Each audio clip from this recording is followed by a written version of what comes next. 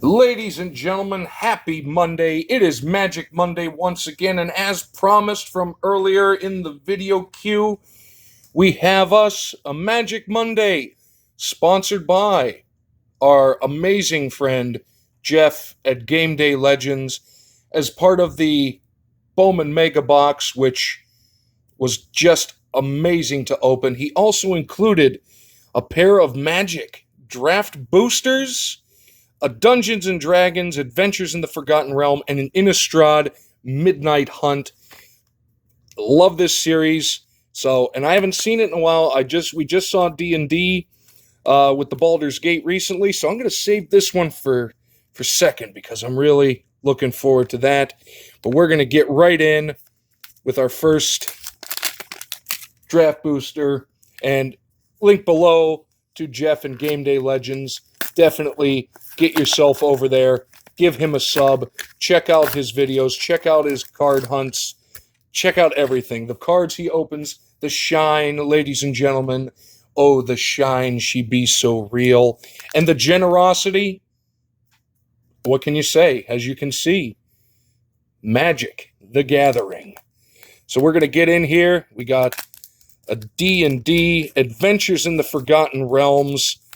And I am looking for... Ooh, I see a shiny back there. So we're gonna just go in, and I'm actually gonna look through the camera this time so I can avoid all the potential glare that is no doubt heading for your eyeballs. So we're going to begin with Thieves' Tools, little artifact equipment. I like the equipments.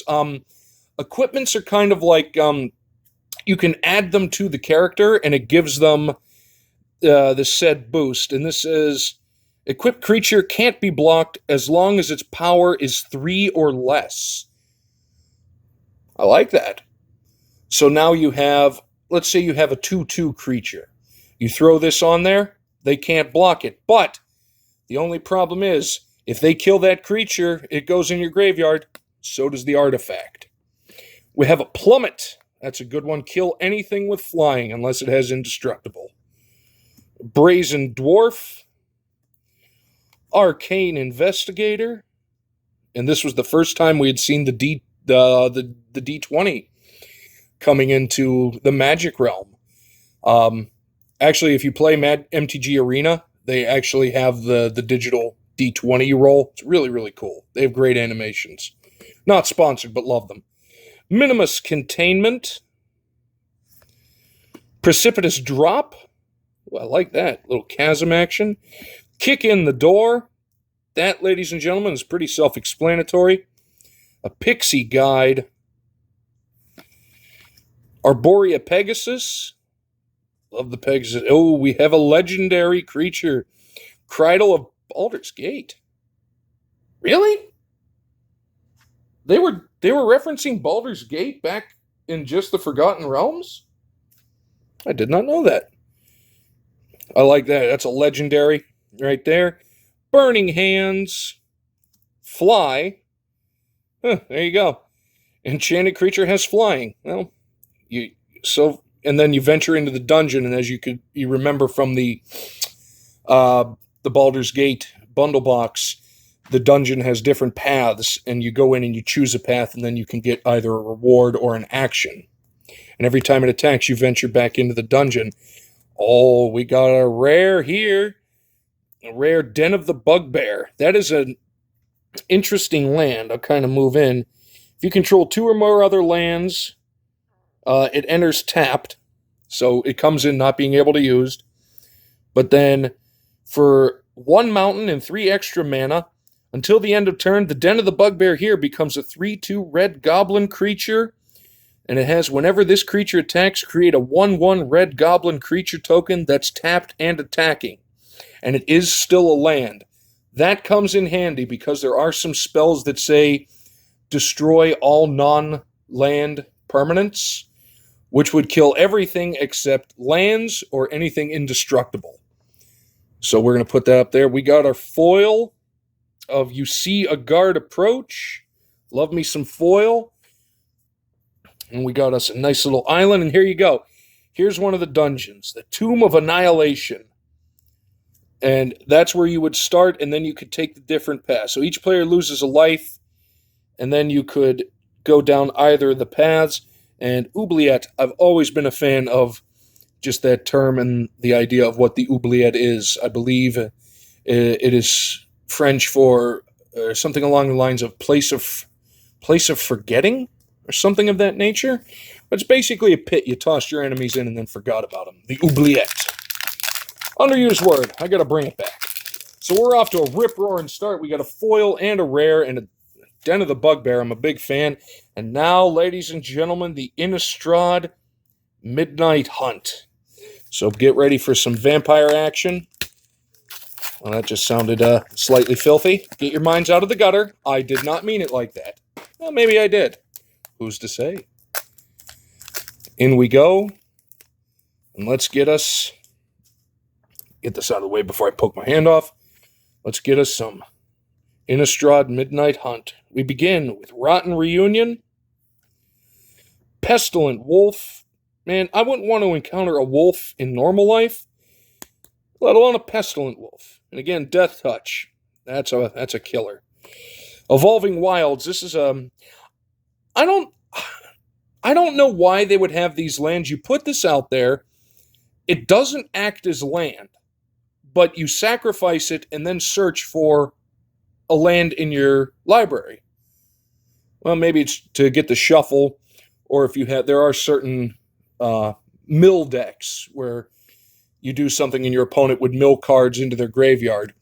You have somewhere every time a land does it, so you can get double the land. A larder zombie. Zombie in the pantry? All right. Diregraph Horde. Now we're getting into the more scary, the more scary dark stuff, which I like. Path to the Festival. A Voldaren Stinger. Hobbling Zombie. Aren't they all hobbled to a certain degree? Unruly Mob. Aren't they all unruly to a certain degree? Tavern Ruffian. Not going 3 in a row. Cather's Call. Riding the fancy burb there. Ooh, I like you. A zombie bear. A grizzly ghoul. I like you from the fact that I know you don't really exist. Grizzly Ghoul enters the battlefield with a 1/1 counter on it for each creature that died this turn. Oh, that would be horrifying. If you could wipe out all the creatures on the field and then place this right at the end. It comes in at a 4/3, but that thing could come in at like a 12/11. Oh, that'd be disastrous. But I like you. You're going up there. There we go. We got the showcase art of Spellrune Painter. I like that. I like the design. You can go up there. Oops. Not sitting on top of the dungeon, you won't. Come on, Zach, pay attention. We got another rare, Sigarda's Splendor. Ooh, a Showcase Mountain. That is pretty. Look at how that is pretty. And I like the fact it's monochrome except for just enough red to let you know you're dealing with a mountain. I like it. An emblem. What a Teferi. Oh, okay. Teferi who slows the sunset. Emblems basically means once you hit this point, it cannot be taken away. You'd have to look into that and see how you get that emblem. That might be part of a Planeswalker's ability. So I actually didn't know if they had emblem cards. Apparently they do. This is good to know. And right here we have the a plane or a night day, because they started adding that stuff in. Card you have, depending on what quote-unquote time of day it is, will alternate and flip. So you can use this card to represent the double-faced card. Jeff, you picked some beauties on this one. These are really, really cool. 2 rares, a foil, a zombie bear, which terrifies the insert expletive here out of me, the showcase of the Spellrune Painter, but oddly enough, I love this mountain. I really do. It's so cool looking. Just the black and the ominousness with just that red outline. It's really nice. like I say, I don't know art, but I know what I like, and I like that. Know what else I like? I like Magic. And I like being able to share it with you. And very grateful to you, Jeff, once again. Again, link down below. If you haven't already gone there, go there, give him a look, give him a sub. He's awesome, and he's well on his way to 600, so let's get him up over 600 before too long, and then even more beyond. So let me know what everybody thought of this week's Magic Monday, sponsored by Gameday Legends.